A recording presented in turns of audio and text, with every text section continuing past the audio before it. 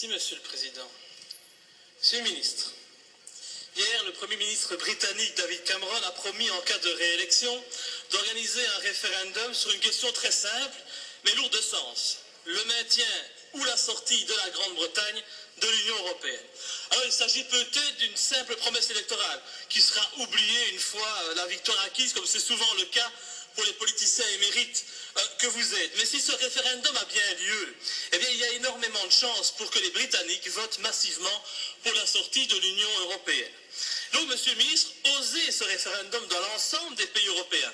Et vous verrez que les Français, les Belges, les Britanniques, eh bien, ils seront nombreux à voter pour la sortie de l'Europe.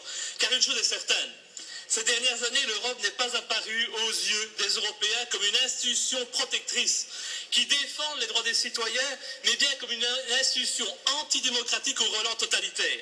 Il n'est même plus possible de voir l'Europe comme un gage de paix, puisque ces États membres, comme la France ou la Belgique, partent en guerre sous le couvert de l'Europe et de fausses bonnes intentions, comme c'est le cas aujourd'hui au Mali. Et pire encore, ils fomentent des coups d'État sanglants, comme nous en vivons un actuellement en Syrie.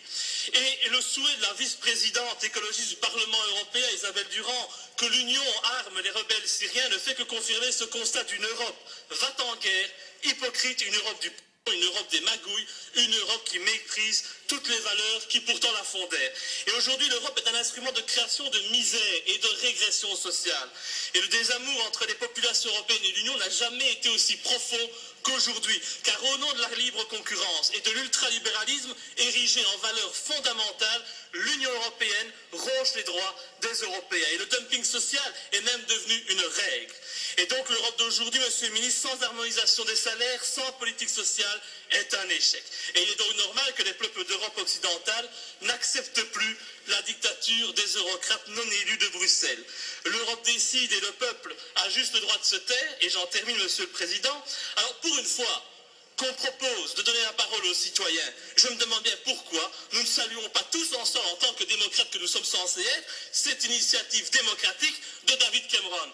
Les politiciens et les dirigeants n'ont-ils pas, Monsieur le ministre, vocation à écouter le peuple afin de répondre à ses attentes? Et donc, simple question, pourquoi critiquez-vous cette initiative et pourquoi avez-vous peur de l'appliquer en Belgique? Êtes-vous, Monsieur le ministre, et ce sera ma dernière phrase, un représentant du peuple ou un représentant du système mondial? Meneer Teuwens.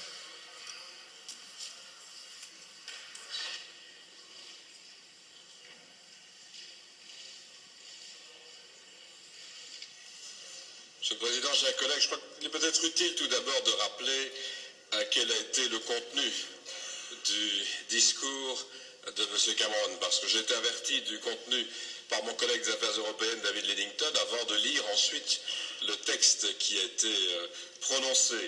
Je dirais que ce texte repose d'abord sur des constats concernant la crise de la zone euro, concernant les pertes de compétitivité en Europe et l'écart entre les institutions européennes et les citoyens en matière de légitimité démocratique. Et puis, il a livré sa vision, finalement, de l'Union européenne en parlant de compétitivité, de flexibilité, des transferts de compétences à organiser, de la responsabilité à organiser sur le plan démocratique, et puis de l'équilibre à trouver entre la zone euro et les pays qui ne sont pas membres de la zone.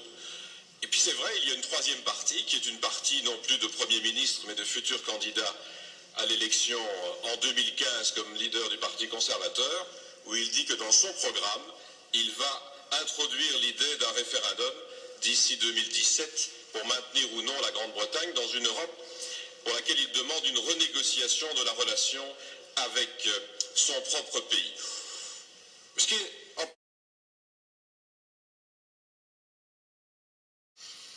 Merci, Monsieur le Ministre. Monsieur Louis.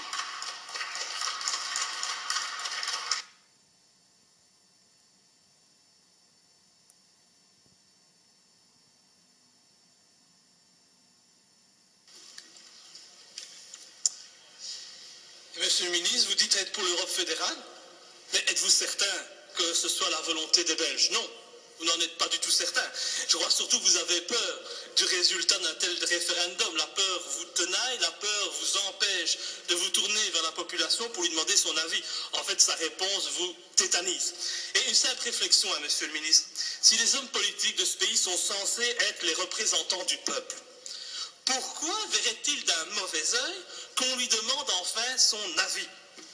C'est à croire que vous avez peur de sa réponse, ou peut-être que vous êtes alors conscient de ne plus respecter ses souhaits ni de l'écouter depuis des dizaines et des dizaines d'années. Et si tel est le cas, vous avez oublié quelle était votre mission et vous avez dénaturé tant ce Parlement, votre fonction, que les bases mêmes de notre démocratie. Et c'est peut-être ce qui explique au plus profond le désamour entre les Européens et l'Union européenne.